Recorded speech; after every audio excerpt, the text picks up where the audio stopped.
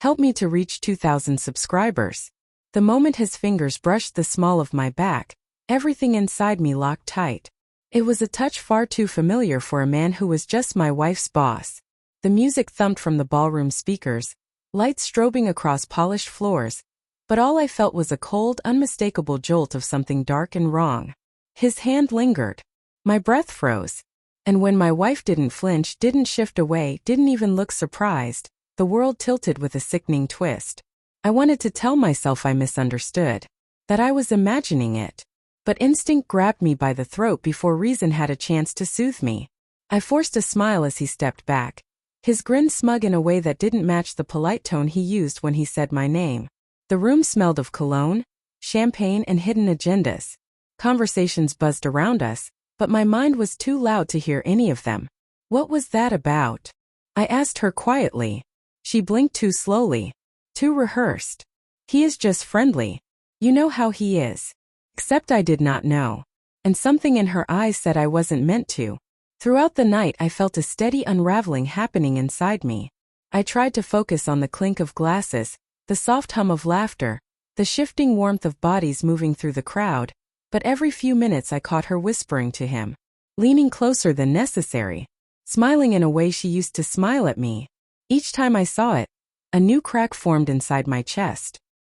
He approached me near the dessert table with a swagger that reeked of challenge.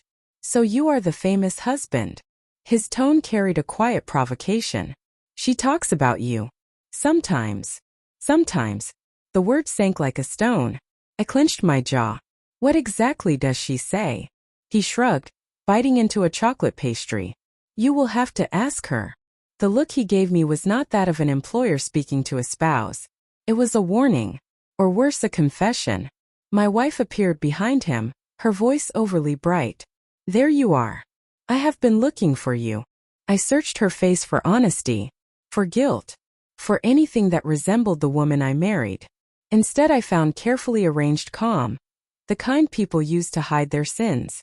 On the drive home she kept her eyes on the road, her fingers tightening and releasing around the steering wheel. I felt the tension in the air grow thicker with every mile. Did something happen tonight? I asked. Her shoulders rose, fell, rose again. You are imagining things. The lie echoed between us like shattering glass. Much later, after she fell asleep, I sat alone in the dim kitchen. Her phone vibrated on the counter. A single message lit the screen. I did not mean to read it, but the glow pulled my gaze like gravity. I saw his name. I saw the words. Thank you for tonight. I missed you. My throat closed. My pulse thrashed in my ears. I swallowed hard, fighting the sting behind my eyes as the truth crashed into me without mercy. I put the phone down gently, almost respectfully, as if careful hands could soften betrayal. When she entered the kitchen moments later, her sleepy confusion shifted into dread the moment she saw her phone near me. Her lips trembled. Her voice cracked when she whispered my name. I expected anger, maybe tears. Instead I felt an overwhelming, hollow quiet sweep through me. A quiet that came from finally seeing something I had been trying not to see for months. Sit down, I said softly. She did, slowly, like a person approaching a confession booth. The twist was not her affair. The twist was realizing it had begun long before tonight.